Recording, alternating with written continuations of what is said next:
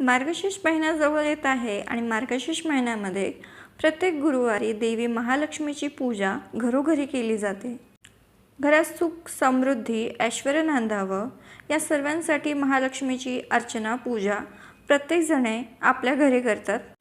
देवी महालक्ष्मीच्या कृपेने घरामध्ये पैशाची चणचण भासत नाही आणि घरात सुख समृद्धी नांदते।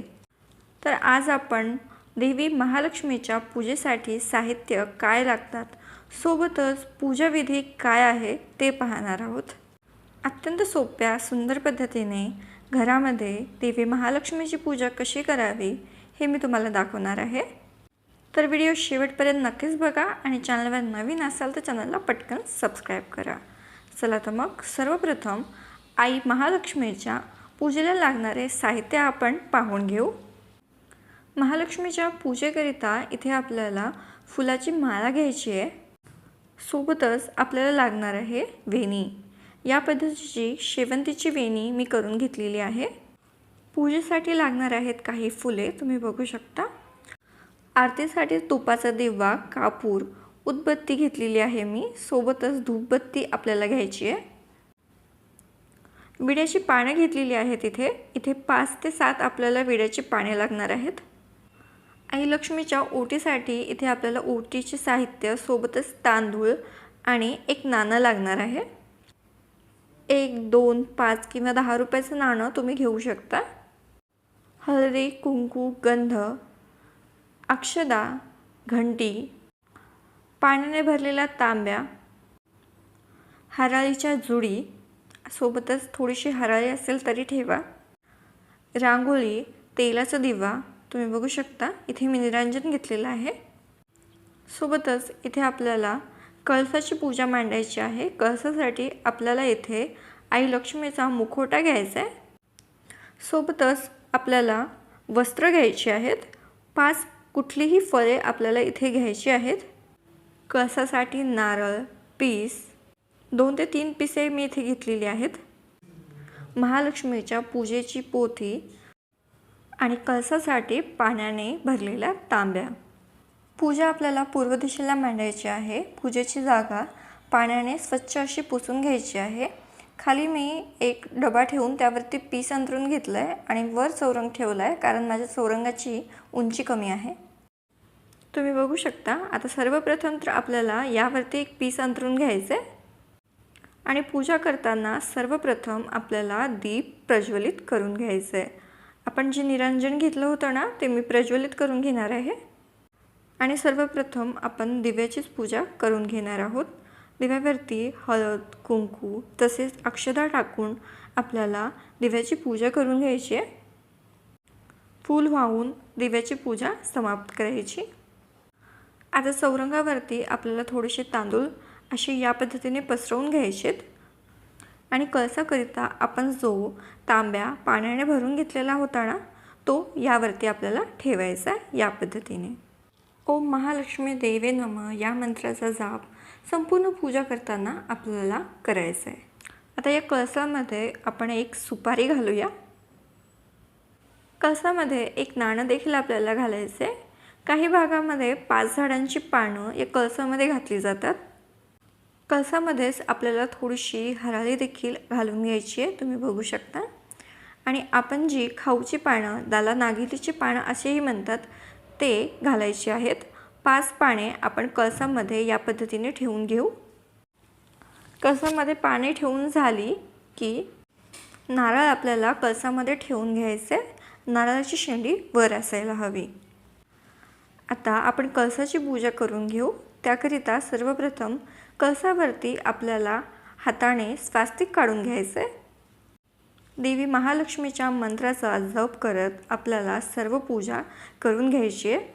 स्वास्तिकच्या बाजूला आपल्याला हळदी कुंकवाची बोटे देखील लावून घ्यायची आहे, तुम्ही बघू शकता। आता आपण गणेशाची स्थापना करून घेऊ। त्याकरिता एखादा तांब्यामध्ये इथे मी सुपारी घेतलेली आहे, त्यावरती पाणी आपल्याला घालून छान असं गणपतीचं अभिषेक करून घ्यायचं आहे। ओम गणेशाय या मंत्राचा जप करत आपल्याला गणेशाची पूजा करून घ्यायची आहे। पळीने 5 वेळा पाणी घालून छान असं गणपतीचा अभिषेक करून घ्यायचा. सुपारी स्वच्छ कपड्याने छान अशी पुसून घ्यायची. आता इथे माझ्याकडे महालक्ष्मी देवीचा मुखवटा आहे, तो आपण तामणामध्ये घेऊ आणि त्यावरती पाण्याने अभिषेक करून आपण हा देवी महालक्ष्मीचा मुखवटा छान असा स्वच्छ करून घेऊया. ओम महालक्ष्मी देवे नमः. छान असा जाप करत आपण छान असा मुखवटा पुसून घेऊया आणि छान कोरडा करून घेऊ. आणि इथेच आपण घंटीची पूजा देखील करून घेणार आहोत. घंटीवर पाण्याने अभिषेक करून आपण छान अशी घंटी स्वच्छ करून घेऊया. आता इथे मी कळसाला पीस नेसवून देवी महालक्ष्मीची प्रतिकृती तयार करत आहे.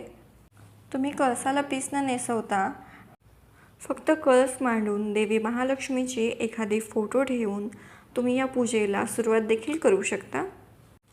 पण कळसाला पीस नेसवून छान असं महालक्ष्मीचं प्रतिकृती तयार होते, पूजा दिसायला सुंदर दिसते, म्हणून मी करत आहे. आता देवी महालक्ष्मीचा मुखवटा आपण या कळसाला लावून घेऊया. डोक्यावरती छान असं पीस अंतरून घेऊ. आपण बनवलेली जी माळा आहे ना, ती आपण देवी महालक्ष्मीला अर्पण करून घेऊ. फुलांची वेणी किंवा गजरा आपल्याला घालून घ्यायचा आहे. फूल अर्पण करायचं, वस्त्र अर्पण करायचे. कळस छान असं सजून झालेलं आहे. आता आपण इथे 2 खाऊची पाने घेऊया आणि देवी महालक्ष्मीच्या मूर्तीच्या समोर ठेवू. यावरती आपल्याला थोड्याशा अक्षदा घालून घ्यायच्या आहेत आणि आपण स्वच्छ करून घेतलेली सुपारी घालायची आहे. याला थोडंसं गंध, हळद आणि कुंकू लावून गणपतीची छान पूजा करून घ्यायची आहे. गणपतीला वस्त्र, दुर्वाची जुडी आणि फूल मी अर्पण करून घेणार आहे. सोबतच महालक्ष्मीच्या मुकुटाला देखील आपल्याला गंध, हळद, कुंकू, अक्षदा सर्व वाहून छान अशी पूजा करून घ्यायची आहे. देवीपाशी छोटंसं पीस ठेवून इथे मी ओटी देखील भरून घेणार आहे. पूजेच्या सामग्रीने आपण ही ओटी 5 वेळेस भरून घेऊया. गहू किंवा तांदूळ तुम्ही दोन्हीने ओटी भरू शकता.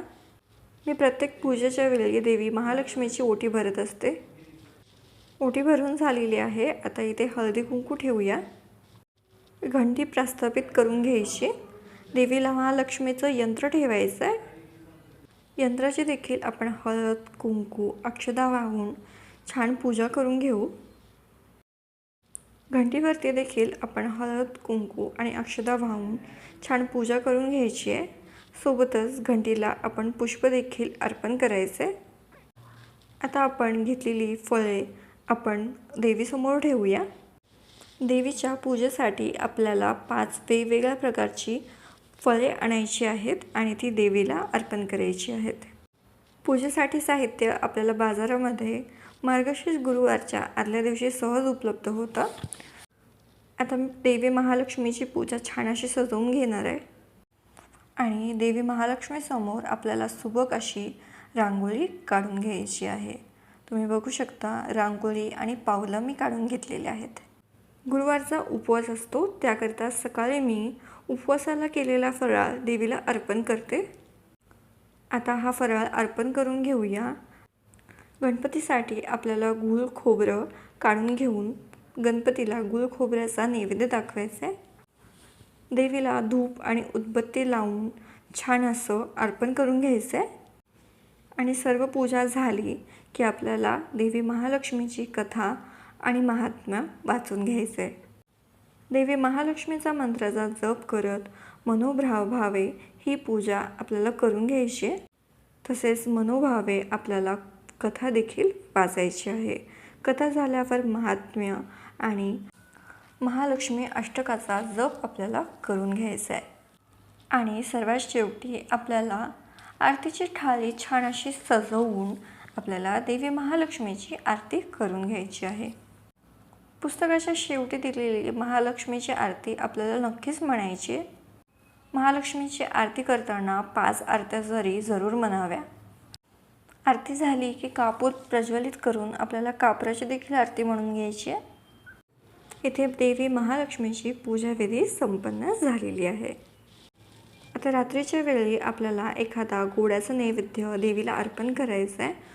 सोबतच इथे मी गाईसाठी हरभऱ्याची डाळ आणि गूळ बाजूला काढून ठेवते, कारण इथे गाय भेटणं थोडंसं कठीण आहे आणि गाय भेटेल तेव्हा नैवेद्य राहील याची काही गॅरंटी नसते.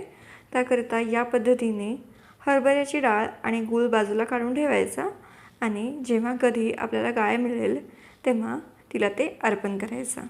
संध्याकाळी देखील हळद कुंकू अक्षता वाहून देवी महालक्ष्मीची पूजा करून घ्यायची. धूप दीप आपल्याला लावून घ्यायचा आहे. दिवा दिवसभर चालू असायला हवा. दोन्ही नैवेद्यांना पाणी आपल्याला बांधून घ्यायचे. उदबत्ती लावून उदबत्ती देखील आपल्याला ओवाळून घ्यायची आहे. देवी महालक्ष्मीला देखील आपण उदबत्तीने छान असं ओवाळून घेऊया.